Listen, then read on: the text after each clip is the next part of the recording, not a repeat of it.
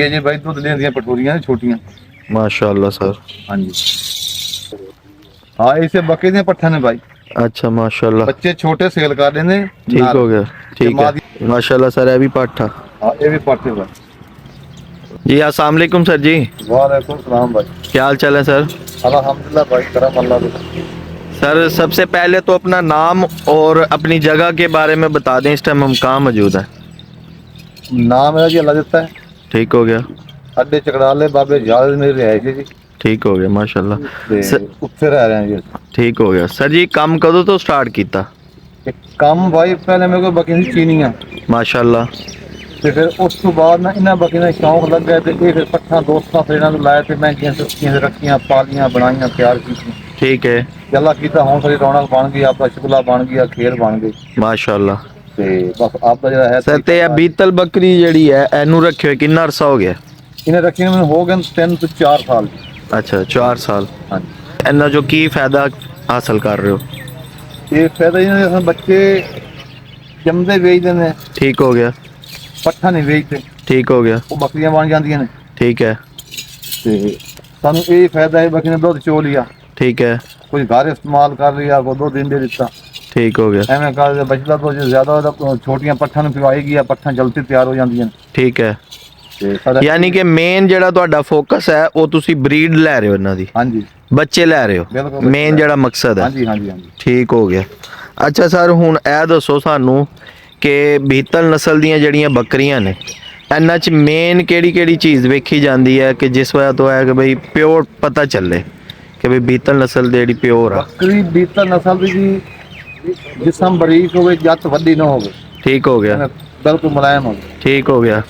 खान वखरे वखरे होवे, अच्छा ਕੰਨ ਸਿੱਧੇ ਹੋਵੇ, ठीक है। ਸਾਫ਼ ਬੱਕਰੀ ਹੋਵੇ, ठीक हो गया। ਨਸਲਦਾਰ ਹੋਵੇ, ਤਿੰਨਾਂ ਚਾਰ ਨਸਲਾਂ ਦਾ ਵਾਕ ਹੋਵੇ, ਉਹਦੀ ਪੱਠ ਪਠੋਰਾ ਕਾਮਯਾਬ ਹੁੰਦਾ ਹੈ, ਵਿਕਰੇ ਵੀ ਚੰਗਾ ਰਹਿੰਦਾ ਹੈ, ਵਿਕਦਾ ਵੀ ਅੱਛੇ ਪੈਸੇ ਨਾਲ। अच्छा माशाल्लाह।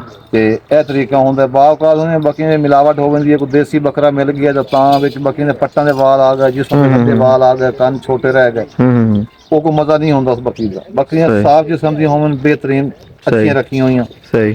ਉਹ ਕੱਲ ਨੂੰ ਅਗਰ ਬੱਕਰੀਆਂ ਸੇਲ ਵੀ ਕਰੋ ਤਾਂ ਚੰਗੇ ਪੈਸੇ ਦਿੰਦੀਆਂ, ਸੇਲ ਹੁੰਦੀਆਂ ਨੇ। ठीक हो गया। ਤੇ ਇਹ ਨੇ ਖਾਸੀਅਤ ਹੁੰਦੀ ਹੈ ਬਾਕੀ ਦੇ ਥਣ ਚੰਗੇ ਹੋਣ, ਬਾਕੀ ਨੂੰ ਤਲ ਚੰਗਾ ਹੋਵੇ, ਬਾਕੀ ਨੂੰ ਹਰ ਬੰਦਾ ਪਸੰਦ ਕਰਦਾ। सही। तो सर जी जेड़ी हुण बकरी है, एक मिसाल है कि कोई भाई अगर रखना चाहता है कि भाई उन्होंने दुध उनके कोलों ज़्यादा लेना बकरी कोलों, हाँ जी ठीक है, तो उनके लिए की करना चाहिए कि मतलब अगर वो अपनी नस्ल बनावे तो मेन बकरी अच्छी लवे या बकरा अच्छा लवे?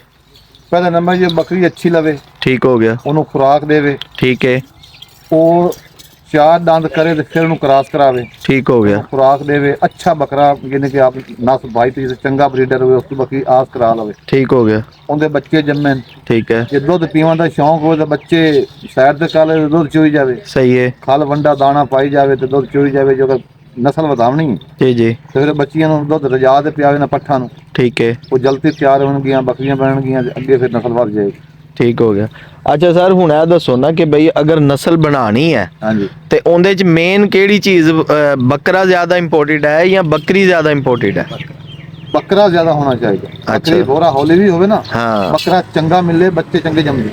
ठीक है। यानी कि अगर उन्हें अपनी नस्ल बनानी है, बकरी माड़ी भी होवे हाँ ते खैर आ, बकरा चंगा होना चाहिए।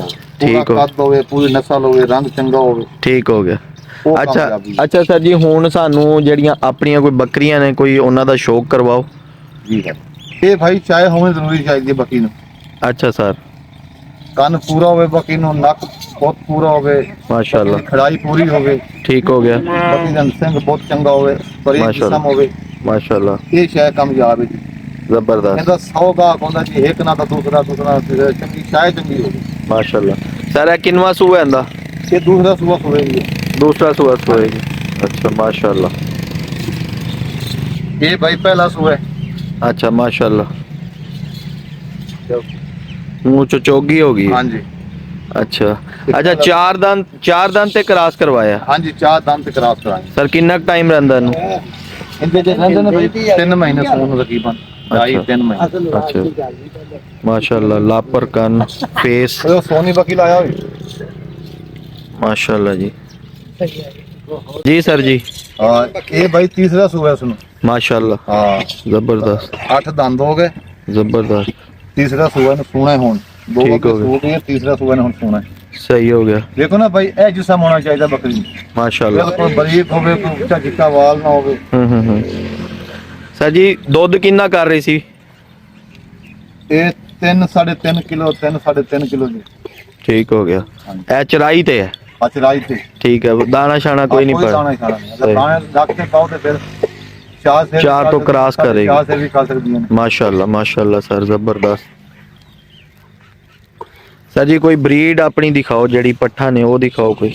ये जी भाई दूध लेंदियां पटोरियां ने छोटियां। माशाल्लाह सर। हाँ जी। सर इनकी उम्र कितनी है? ये 8 महीने उम्र होनी। 8 महीने हाँ जी। माशाल्लाह। है घर दी अपनी ब्रीड? हाँ घर दी है भाई घर दी। माशाल्लाह। ये छेले रे बच्चे हैं बात हो।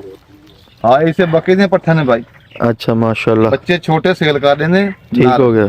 ठीक है मादियां रख लेने। ठीक है सर इनकी कितनी उम्र है मैक्सिमम? ये 8 महीने को 8 महीने दी को 7.5 महीने दी को 7 महीने दी को 8 महीने दी एवं कर।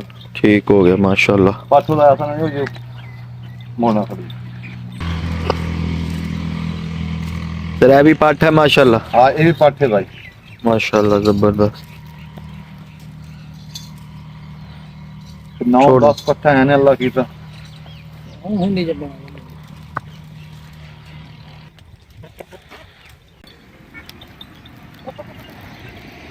माशाल्लाह सर ये भी पाठ था।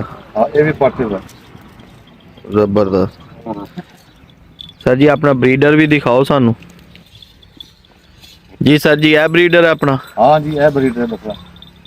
सर जेड़ियां इस टाइम पट्ठा अपनियां गब्बन आ वो ऐसे तो ही सारियां? हाँ इसे तो हुई ने। जबरदस्त। सर हाइट कितनी है मैक्सिमम इनकी? 43 इंच दी लंबाई? लंबाई तो नहीं कीता वीर ਅਸੀਂ भाई ਐਵੇਂ नहीं कच्छा सी। मैक्सिमम कितना को होएगी हाइट लेंथ कितनी होनी? ये 60 होनी है भाई। 60 होएगी माशाल्लाह। सर हुन इनदी कोई क्वालिटी दसो अगर कोई भाई नवा कोई अगर लवे ते इनदे पॉइंट कोई दसो की अंदर तुसी देख के इनु ब्रीडर सिलेक्ट कीता? ये जी ये रंग है ना ये अबला रंग है आम जानवर नहीं होंदा। ठीक हो गया। ये विरले मिलते ने एवें भाई ते नहीं मिलते।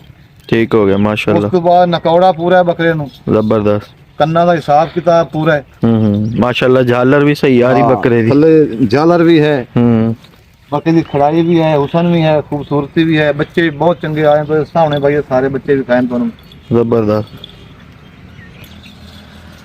अच्छा सर जी इस टाइम अपनियां टोटल बकरियां कितनियां प्रेग्नेंट हैगियां? 18 बकरियां जी सून नु तैयार ने जी। अच्छा मां कितना टाइम हैगा? और सूएंगियां तकरीबन ना तो एवें एक महीने दे विच ना बकरियां 18 बकरियां सू जाना है।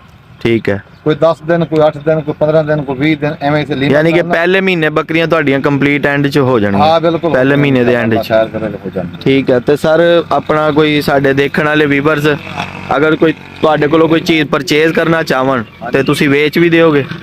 हाँ जो को आ गया सारा हमारा मोल दा पसंद आ गया रेट सही लागे दे भी दिया। ਠੀਕ ਹੋ ਗਿਆ ਤੇ ਸਰ ਆਪਣਾ ਫਿਰ ਇੱਕ ਵਾਰੀ ਨੰਬਰ ਦੱਸ ਦਿਓ। 0301 0301 39 43 39 43 569 569। सर एक बारी एड्रेस दोबारा दस दो। जिला बिहाड़ी अड्डा चकड़ाला ठीक हो गया खास रिहाइश बाबे जाल दरबार। माशाल्लाह। सर जी साडी कोई वीडियो देख के अगर कोई भाई ਤੁਹਾਡੇ ਨਾਲ ਰਾਬਤਾ करे तो उन्होंने कोई प्यार मोहब्बत भी करना? इंशाल्लाह भाई भाइयों ला तावन करेंगे जो हो सकता साडे। ठीक हो गया सर बड़ी मेहरबानी शुक्रिया।